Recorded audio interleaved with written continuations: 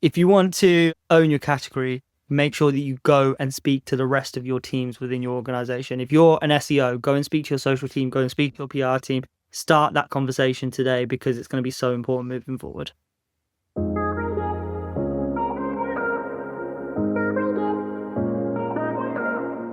Hi, I'm Ray Saddiq, and this is SEO in 2026. Ray, what's your number one SEO tip for 2026? So my number one tip is that if you want to seriously influence your customers, your consumer moving forward, brand alone is not going to cut it anymore. We got into this mindset that brand was going to be key to driving SEO success, and it plays a huge part. But if you want to grow and stay top of mind, you need to drive both demand and you need to be discoverable. It's not just an awareness thing anymore. You need a combination of both. It's not enough to be known. You need to be found as well. That means building brand and category salience. And you've got to own your category in search so that when you are moving forward with LLMs and AI search and social search, you are the brand that has salience to the category that you want to be known for. So you're the one that relates most closely to that category. But this needs to not just happen across Google. This needs to be across every searchable platform. And because that's where intent does start now. So a lot to unpack there. Why is brand not enough in 2026? So a good example of this is we've recently had a quite a large energy drink brand come to work with us here at Rise. And what we found was, even though they have one of the biggest brands in the world, one thing that they don't show up for just organically off the back of that brand is actually for the main term that they want to target, for the category that they want to own. So they've come to us to actually help them to own that category within search. And in order to do that, from the studies that we've done, the case studies that we have, we found the category salience is the way to that. And that is being found on multiple different searchable platforms, using things like publications, using a lot of it is almost combining what we did with SEO, but just ramping up with this new version of doing things that's evolving and adapting to all these different models, all these different platforms, and these different consumer behaviors, because the algorithms actually just mirror that. I think the issue is a lot of people go down the route of following just what the algorithm is doing, when really, if you follow consumer behavior, that's what the algorithm is going to follow anyway. So I love that word salience. It really means to stand out, to jump out, to be something entirely different. Why did you pick that word when describing what a brand should be doing? Because I don't think I've encountered that one before. We wanted to basically show that with the category that you own, you want to stand out within that, but you also want to be similar to that, and you want to be almost relatable to that category. And there's only a few ways that you can really do that, because a lot of brands, what they'll do is they often go down the route of they will build one version of their category that they want to be known for, and they won't actually do anything else to actually be known outside of that, or to be known in a way where they're seen across multiple different touch points. So the reason we go with category salience is because it's how easy and strongly something comes to mind when you think about something. And salience, we found, is so important. So we actually saw this study a little while ago where it was something like you need to be seen across 4 different touch points, 6 different platforms to build salience as a brand from an awareness standpoint. And what we realized was what we're seeing with some of the brands that we work with, if you want to really be known, yes, you can be known as a brand, and often what happens is, as a brand, you'll do things that drive demand to your brand and it increases your branded search. But if you want to be seen with on all these different search platforms and in the consumer's brain, you need to be known as a brand, but you also need to be similar and related to and thought strongly of when they think of the thing that they want to buy as well. So that's the same thing that with, so if you think of Ninja, you think of air fryer. And so when people search for air fryers, Ninja should be the brand that also comes up. And that's where demand and discovery comes into it, because demand is driving people to search for your brand. And then discovery is then being found when they do. And that's where the category salience actually comes into this. So in order to be a category leader, you need to actually have both of these working at the same time whilst pushing yourself to own that category. So the easiest way to understand this is you need to be understood as a brand, but also that brand needs to relate to whichever category you want to own at all times. Lovely. So I'd love to come back to demand and discovery and how you actually encourage more people to want to search for a brand and make it easier to actually discover your brand.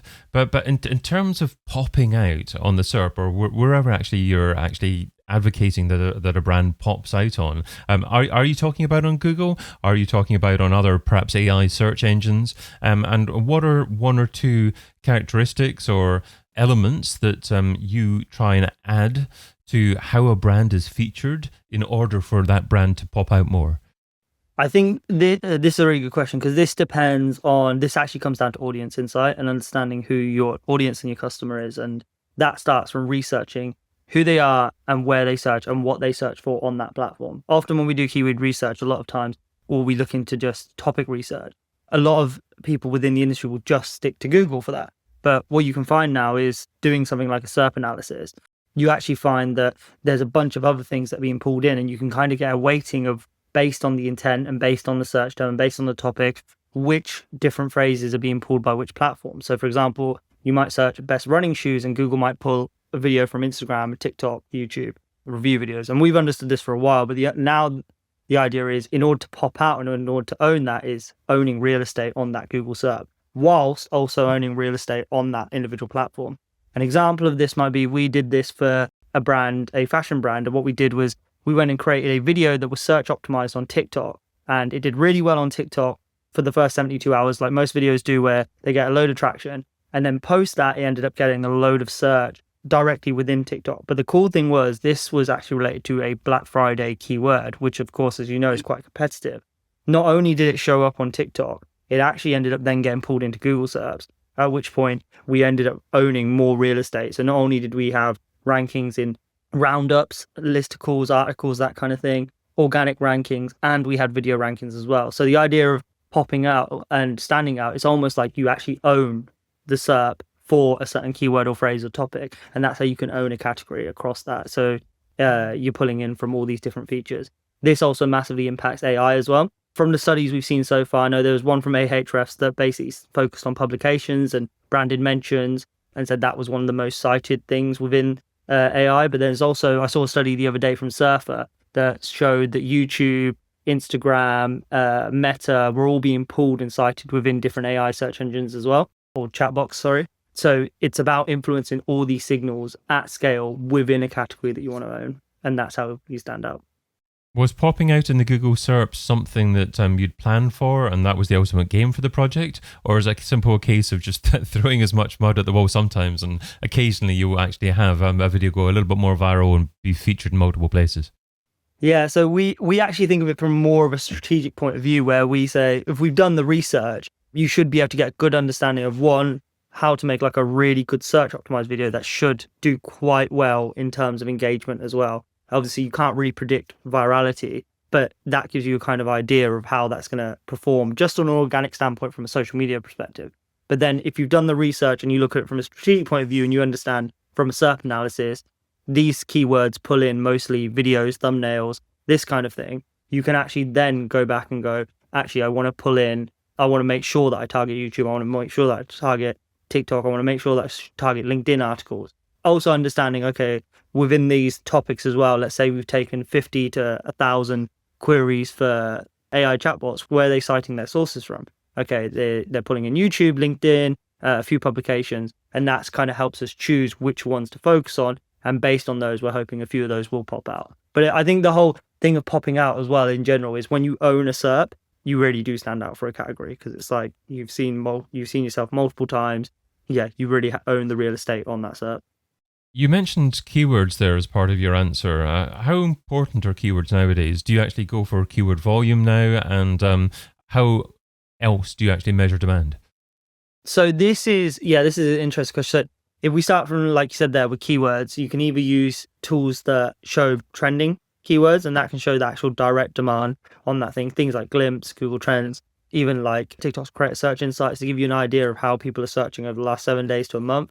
But if you're looking at keywords from a whole, I think they're actually still really important. And there's a few reasons for this, because they're actually data backed, and they're actually becoming more important to other marketers outside SEO. The reason why I say that is because many times where we've worked with a brand, or even before when I was in-house, we'd actually started using keyword search data to influence product decisions, influence how campaigns were put together, how we were going to target, what consumers were actually interested in, what type of content we were putting out outside of just Google. So I think they're really important. The only thing is, I think that if we might move to a phase where we're actually more focused on topics as a whole rather than just individualized keywords. Yeah, that's almost another topic, as it were, topics and instead of keywords. And keyword search volume obviously is a starting point, isn't it? But I guess that it's very challenging to actually determine long tail keyword phrases and phrases that haven't been searched before and phrases that are low search volume. Do you still, for example, have like pillar keywords where you look at search volume perhaps as 500, 1,000 searches per month and you'll still use that as part of your strategy? Or is it simply a case of having a basket of keywords and long tail questions and then creating content based upon that? Yeah, of course. Like a lot of the keyword research is still very similar to traditional keyword research. I think it's just pulling in a lot more data points from different platforms as well. So using a bunch of different tools that then pull in data from, let's say, how much people are searching on TikTok or how much people are searching over on YouTube, Pinterest as well, for example. And some of that will just be done in the traditional way, again, relating to pillar keywords with secondary keywords, topic level. And then the only difference is, instead of, how you would map out a content strategy for a blog, it's the same exact way of mapping out that content, but just across multiple different platforms. So what you might find is, let's say you want to target people who need more energy in the gym, you might look and see that actually we've done this keyword research. The pillar keyword might be best energy drinks for health and fitness. And then it might break down into how do I get more energy when I'm at the gym? And that might be searched on TikTok. And then you produce a piece of content there. And then what's the best energy drink out of these two? And then that's a comparison piece of content, but people are going to YouTube. And then the purchase intent might be actually that they're going to a shop to buy it. So it's just mapping out, instead of just on a blog and having it as a spreadsheet that's just related to being uploaded to your website. Instead, it's mapped out across all these different touch points across multiple different platforms. And you can integrate that using creators, writers, in-house content creators, the brand side team. Just depends on what your budget and availability is, pretty much. And one of the great things about building a brand is it is likely to result in a higher click-through rate on the SERP, and then give whatever search engine more confidence that your result that it should be displaying in its search results. So do you always advocate a social strategy, a brand building strategy via social, going hand in hand with SEO in order to actually build the brand and make it more likely that search results are going to be clicked on? Oh, 100%. Yeah, 100%. I think in this new era of search that we're in, is we as SEOs should be talking to our brand team a lot more now. It used to be, I think, a few years ago, where not even that long ago, to be honest, even now, in some organizations, my friends who work in-house say that they're so isolated from their team.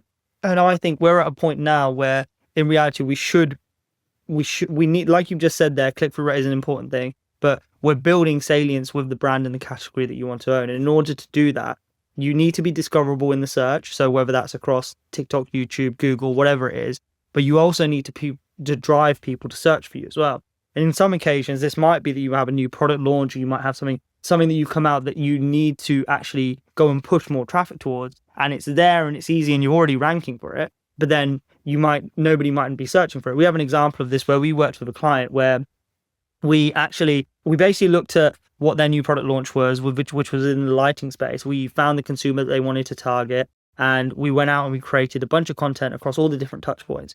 And what ended up happening was, before, you could see it was getting X amount of searches every month, which was quite a low amount for that non-branded keyword.